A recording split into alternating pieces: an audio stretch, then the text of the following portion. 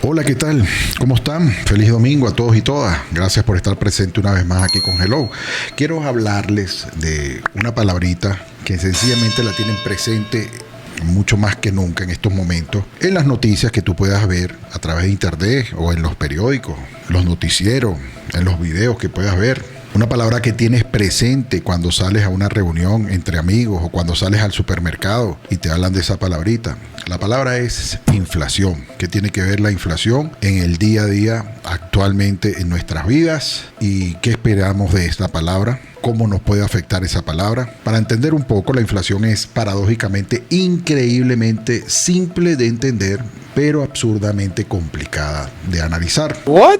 Ahora vamos a comenzar con la versión más simple. La inflación ocurre cuando los precios suben en general. Todos los precios suben. Eso, en términos generales, es importante. En un momento dado, los precios de bienes fluctuarán en función a los gustos cambiantes. Con esto quiero decir lo siguiente. Supongamos que tú tienes un producto. Vamos a agarrar un aguacate, ¿ok? Y haces un video de este aguacate y este aguacate se hace viral en las redes sociales, en TikTok, en Instagram, ¿ok? En ese momento todo el mundo va a querer comprar ese aguacate. Los precios de los aguacates se van para arriba. Mientras tanto, los vendedores de, no sé, los plátanos, de las sandías, de otras verduras que estén fuera de temporada, prácticamente se empezarán a regalar porque tiene que haber una oferta para que la gente pueda adquirir esas verduras que no son tan notorias como el aguacate en ese momento. Esas fluctuaciones son constantes y son normales.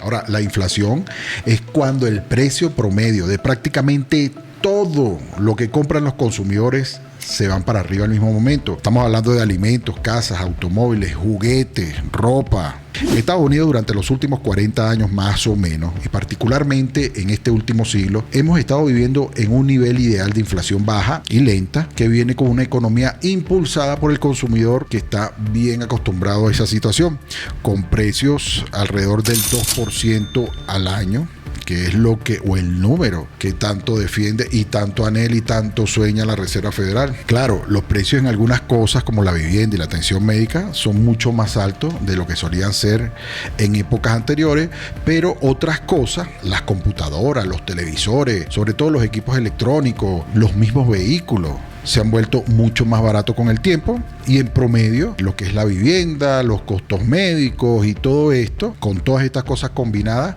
se han mantenido relativamente estables los precios. Ahora, ¿cuándo la inflación se podría considerar una palabra mala? La inflación se vuelve problemática cuando ese hervor de esa olla de hervido, dale que hierve y hierve, y está con esas burbujitas y está empezando a hervir, se calienta más y se empieza a hervir de tal manera que se desborda. Ahí es cuando los economistas hablan sobre el sobrecalentamiento de la economía. Por una variedad de razones, en gran parte la principal derivada de esta pandemia, la economía mundial se encuentra en estos momentos en un punto de ebullición de esa olla sancochera de hervido.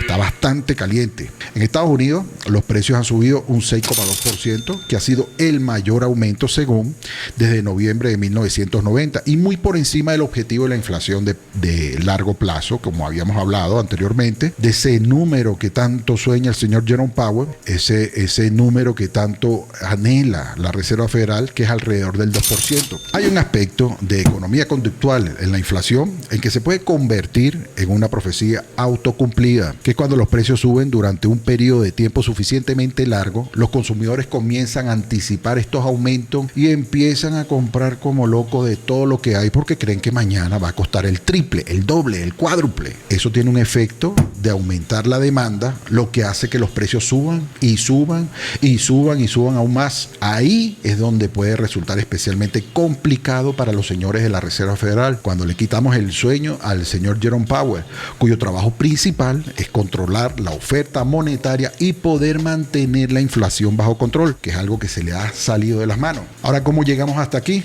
Bueno, principalmente ustedes saben por qué, por culpa de la pandemia, la bendita pandemia que se ha desatado y que nos ha complicado la situación de vida. Recordemos en la primavera del 2020, que fue cuando el COVID-19 se empezó a desatar por todo el mundo, y fue en ese momento que se desconectó la economía global. como que se bajó el switch a off y se desconectó totalmente la economía global. Empezaron a cerrar fábricas en todo el mundo, la gente dejó de ir a los restaurantes, las aerolíneas se mantuvieron en tierra, millones de personas fueron despedidas porque los negocios empezaron a desaparecer prácticamente de la noche a la mañana. Las tasas de desempleo aquí en los Estados Unidos se disparó en ese momento al 15%, desde aproximadamente el 3,5% que estaba en febrero del 2020. Y bueno, una cantidad de complicaciones que hubo durante esa época, y fue la contracción económica más aguda registrada en Estados Unidos y en el mundo. Sin embargo, a principios de verano de este año, la demanda de bienes de consumo comenzó a recuperarse muy rápidamente. Esto debido en parte a que desde el año 2020, cuando todavía estaba el expresidente Donald Trump, empezaron a girarse una serie de ayudas a través del gobierno federal, entre ellas apoyos por el desempleo, ayuda también a las pequeñas y medianas empresas, ayuda directa a las familias norteamericanas. Eso también lo continuó el presidente Joe Biden este año, aprobando el proyecto de ley de estímulo de 1.9 trillones de dólares, que eso fue en marzo. Agregado a todo eso, empezó la aplicación de vacunas en la población, que eso también aceleró este auge económico, bienestar entre comillas económico que se sentía en la población, porque sencillamente se habían liberado las restricciones que había por el COVID. Empezaron las vacunaciones masivas, empezó cierta recuperación económica, la demanda empezó a alborotarse de tal manera que pasó de 0 a 100, pero de la noche a la mañana. Pero la oferta no pudo recuperarse tan fácilmente, la producción estaba estancada. Cuando tú desconectas la economía a nivel global, como estábamos hablando anteriormente, no puedes simplemente volver a conectarla y esperar que empiece a dispararse a los mismos ritmos que estaba antes de la pandemia. Es imposible. Tomemos por lo menos los vehículos como ejemplo. Los fabricantes de automóviles vieron el comienzo de esta crisis del COVID-19 e hicieron lo que haría cualquier negocio inteligente, que fue cerrar temporalmente y mitigar un poco las pérdidas. Pero no mucho después de la pandemia, que la pandemia cerrara las fábricas, también empezó a aumentar la demanda por los automóviles, ya que la gente pensaba o se preocupaba en ese momento por la exposición al virus, y esa exposición al virus se traducía en el transporte público. La gente no se quería transportar en un vehículo público o estar expuestos al virus con otras personas. Entonces empezaron a demandar más vehículos. La gente necesitaba viajar, las aerolíneas estaban cerradas o prácticamente no quería viajar la gente precisamente por ese temor, y una manera de quitarse ese temor encima es tener un vehículo propio, y empezó a subir la demanda. Los economistas a menudo describen la inflación como demasiado dinero persiguiendo muy pocos bienes, y eso es exactamente lo que está pasando con los automóviles, con las casas y bueno, con cualquier otro número de artículos que se convirtieron en artículos populares durante esta pandemia. Ahora, ¿cómo está involucrada la cadena de suministros en todo esto, en el tema de la inflación? Ustedes ya han escuchado hablar sobre los famosos cuellos de botella de la cadena de suministro. Yo les llamo los culos de botella. Bueno, volvamos al ejemplo de los vehículos. Sabemos que una alta demanda más una oferta limitada da como resultado que los precios suben, se van para arriba. Pero si tienes una demanda alta más la oferta limitada, más a eso le suman los retrasos de la producción, los precios aún se van mucho más arriba. Y todos los vehículos modernos, ustedes saben bien, que dependen de una variedad de chips de computadoras para poder funcionar. Pero esos chips también se usan en los teléfonos celulares, los electrodomésticos, los televisores, computadoras portátiles y docenas de otros artículos que, por mala suerte, tenían una gran demanda al mismo tiempo. Y los automóviles requieren de una inmensa cantidad de piezas que se fabrican en diferentes partes del mundo para ser construidas por trabajadores altamente calificados en otras partes del mundo. Hacer que esta cadena, esta operación discreta vuelva a estar en línea, eso lleva tiempo, y hacerlo sin que los trabajadores se enfermen lleva todavía más tiempo, porque todavía persiste la pandemia en muchos países. Ahora, ¿cuál es la principal prioridad del presidente Joe Biden y del gobierno en sí en estos momentos? Desatascar los cuellos de botellas de la cadena de suministro para que los productos se puedan mover a un ritmo que tenían